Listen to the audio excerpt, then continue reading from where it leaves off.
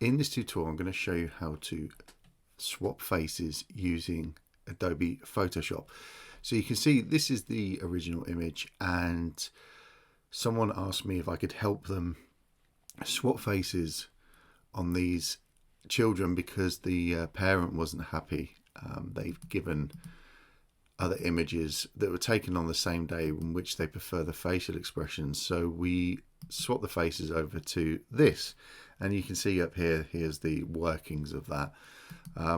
So I'm going to show you how to do this. Now, I must say that it's important that you start with images that were shot on the same day using the same lighting. Otherwise, it's going to be really difficult to swap these faces out.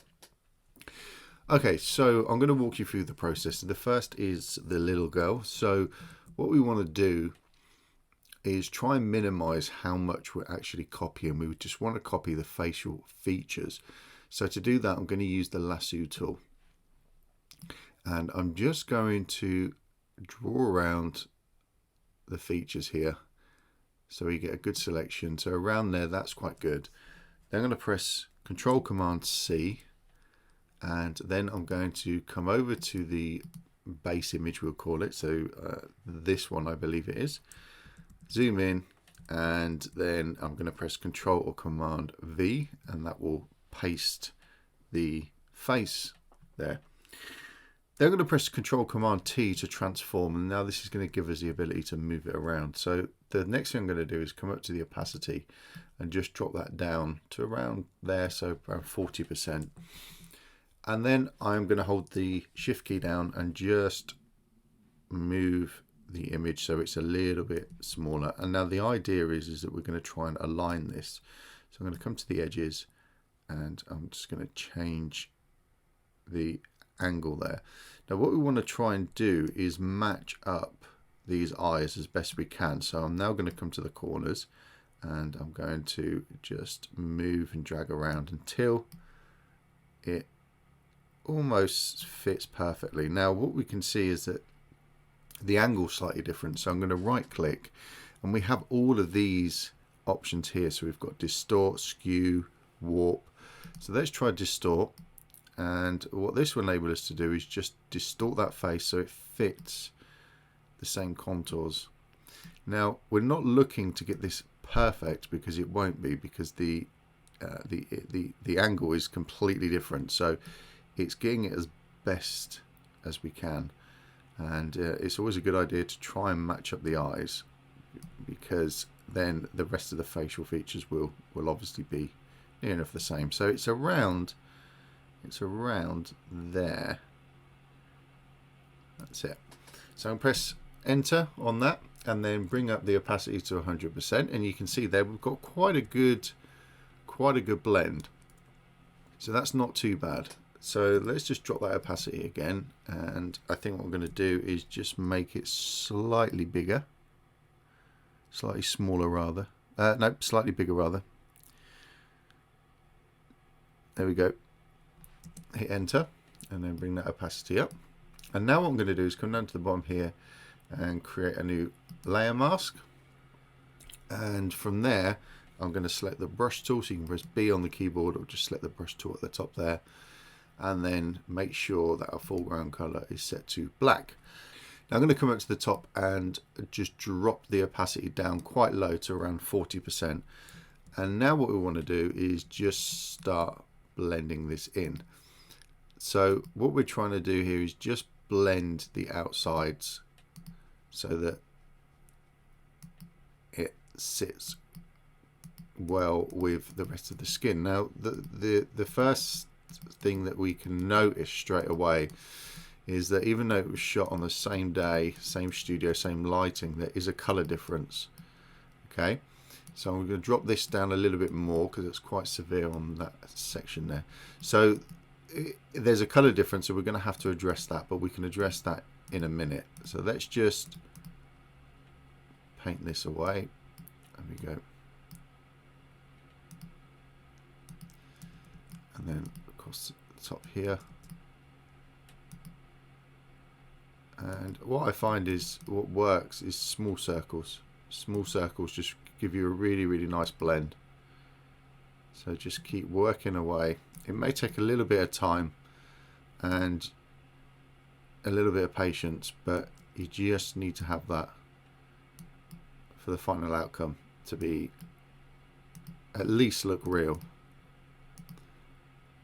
Okay, so I've come across another problem. You can see there that the mouth here is, I've placed it so it's a little bit smaller than the original. So what I'm going to do is just transform that again and then just make that a little bit bigger so it covers up the lines. There we go.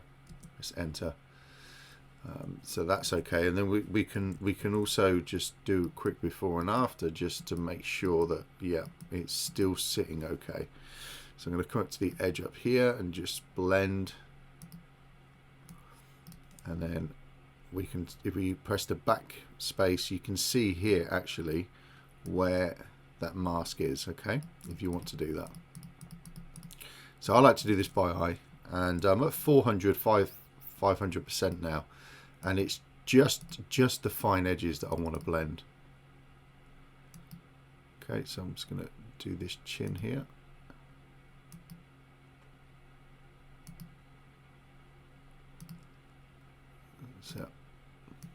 So you can also see on the face that she's got little scratches, little bumps and bits and bobs, which all babies have. So we'll address that as well in a minute, but it's just this blending that we want to get right.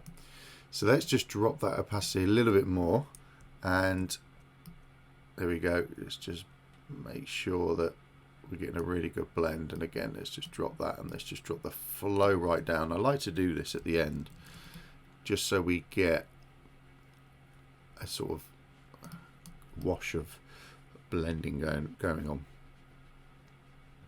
There we go. So that's looking pretty good. That's not too bad. So there's our face swap. So let's address the color issue, but to be fair, it actually looks quite natural. It's not that bad. I think the original is a lot smoother. There's a little bit more yellow in here. So there's a few ways in which we can address this. We could use a curves adjustment. So we come to the bottom here and just select curves. We can then come to any of the colors. So red, green and blue, cyan, magenta, yellow. So let's go to the blue here and click. And what you'll see is that if I do that, it affects all of the image, but we just want her face. So we click on this little tool down here, which is a clipping mask, and that will then mean that it's only going to affect that layer, which is her face. Okay, so now we can control it, and you can see there, look, we can make it look quite unique and different there, so we can really get these colors exactly how we want it. So once we've got this to a point that we're happy, so around there, that looks good. The other option that you do have to come down to the bottom here and select color balance. So color balance is another one. You can target shadows, midtones and highlights like you can with the curves. You might find this a little bit easier to use, but again, come down to the bottom here, click on the clipping mask, and it means then it's just the face, as you can see there. So I'm just going to add a little bit more yellow into the shot, just a little bit out there, I think it is. That looks good. So now what we can do is we can group all of them together just to keep it tidy. So hold the shift key down, click on the bottom layer there, press Control Command G to group it, and then we can call this girl, and then that's the before and that's the after. So you can see there it's quite a good edit. You wouldn't notice that was a different image. You could still go back and change certain parts if you want to. So for instance, I've just noticed that the eye looks a little bit distorted actually. If I show you there, can you see it's a little bit distorted? If we look at the image that we copied that from, it's not that distorted on there. So somewhere along the line I've done something. So Control Command T, right click, and then we can come back and change. So we've got the warp tool option as well, You can see what that does. That stretches things out, but we don't need to do that to that extent. All it is the perspective. So I think the perspective on the eye is a little bit high. So again, it's just tweaking this and just seeing what we get. So let's have a look. So I think that top needs to come up a little bit. And let's zoom out. So it's always a good idea to zoom out, zoom in, change what you're looking at, because you can get used to the face and not think about actually the whole picture. Okay, so let's have a look. So let's go to scale. Maybe we could stretch that out a little bit, push it back in. So again, it's just making sure that you get exactly what you want. And it takes time. It takes a little bit of time just to get this looking absolutely perfect. So that looks a little bit better. I prefer that. That looked good. So that is quite a good match from there, as you can see. Okay, right. So we now just need to do the same with the two boys. So I'm going to do this a little bit quicker. I'm going to start with this young man here, because on this particular image, as you can see, he's got a little bit of a red tone to his face. So again, I've used the lasso tool, press Control Command C, come over to the base image here that we're changing, Control Command V, and that's going to give us our layer. It's actually put it here, so I want to drag it up to the top so I can see it. Control Command T, and then let's just shrink this and do the same thing, bring the opacity down, and let's just try and match up the eyes. So again, getting the angle right.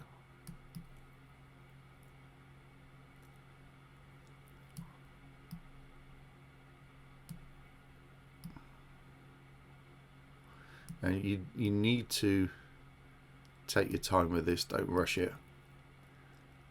I always try and get the eyes as close as I can, so it's about there. So hit enter, let's bring the opacity up. There we go. So let's add a layer mask and make sure we're on brush and the foreground is black. I'm going to bring this down to around 30%. Zoom in, and I can use the brackets keys to make the brush bigger and smaller, and then I'm just going to start blending this. So again, circles always helps. Circles are a really good way to blend. If you've done drawing with pencils before, you'll know why. It's a really good way to blend stuff. Okay.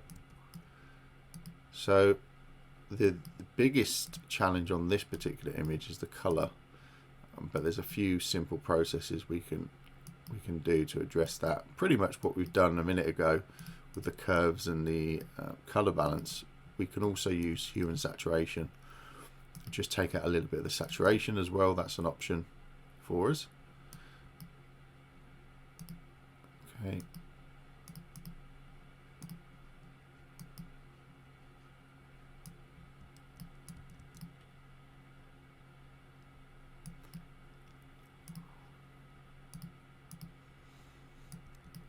So again, I'm just using small circles. I'm actually using a mouse at the minute.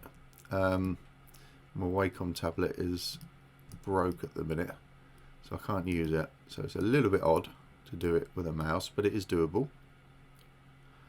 The advantages obviously with a Wacom tablet is, or Wacom, whatever you want to call it, is that it's pressurized as well. It's sensitive, so the harder you press, or the lighter you press, you get much more control with a blending option, so to speak. So come to this section here, I'm just come in a little bit to the side.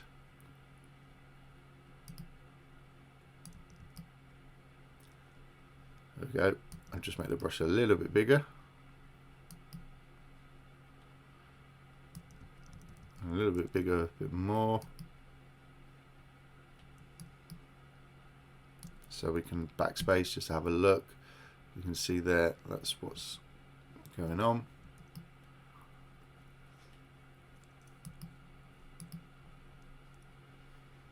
That's it. So let's have a look at that quickly. Much better. Yep. So let's address this color. Come down to the bottom here, and let's go to hue and saturation, and again create a clipping mask so that we only edit the face. We can bring that saturation down a little bit. If we go all the way, you can see there it's going to turn to black and white, so we don't want to go that far, but I just want to take a little bit out, probably about 4 points there, and then come up and do a curves adjustment. Again, make it a clipping mask, and then I'm going to come to the red channel, click in the middle, and then just slightly pull this down in the middle there, and then this area here is going to be the highlights. So, and then top here is going to be the shadows. So it's about there, and we can come back to the hue and saturation and just look at how much we can bring that down a little bit more. I think it's about there. That's it.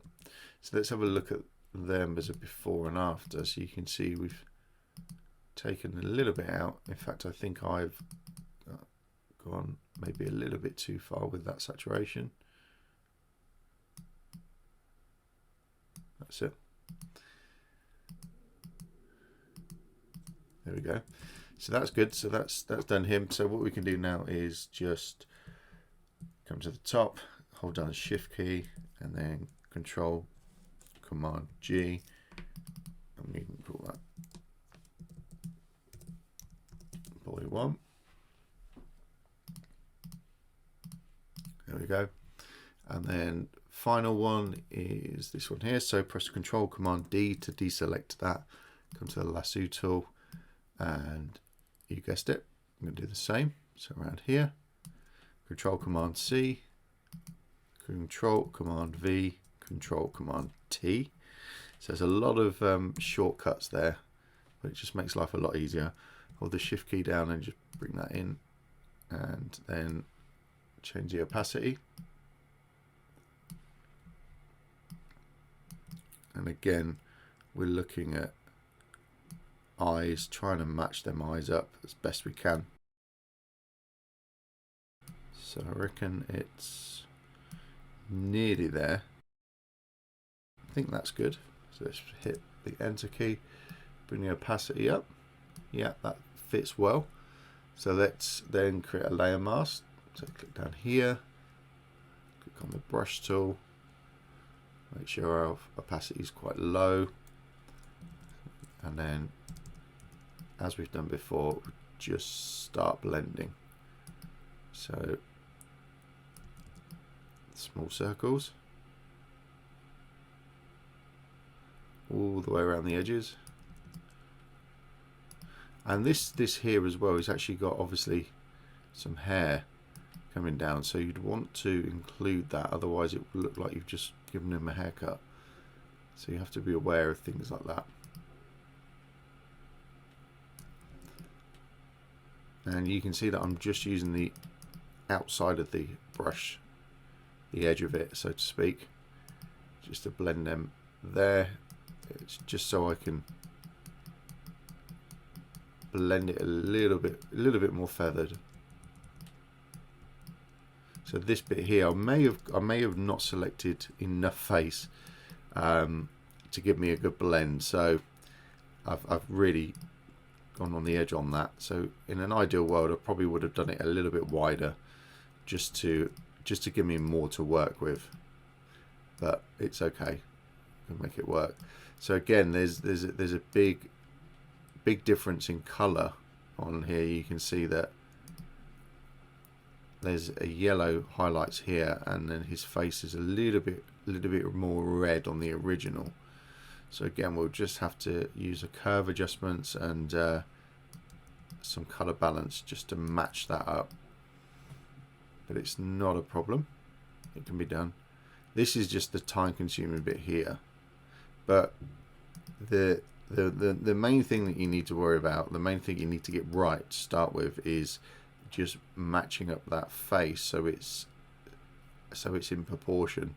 And you can use that by using all the different distortion, skew, all the different options you've got there, just to get the best angle for it to look natural. So that's looking good. Let's come down here.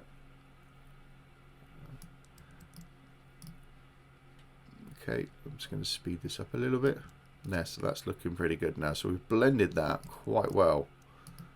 I'm pleased with that. So there's just a few little bits on the side here. And again, you can press the backspace to see where you're at.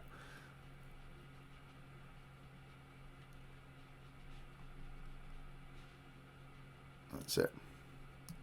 So let's just drop this right down and just do a bit of a blend around the edges. That's it. Okay, so we can just have a quick look before and after. That's much better, isn't it? Okay, so let's come down to the bump here and let's go and add a curves adjustment, and let's select the red channel, and then again make a clipping mask, and let's just see what we can do here.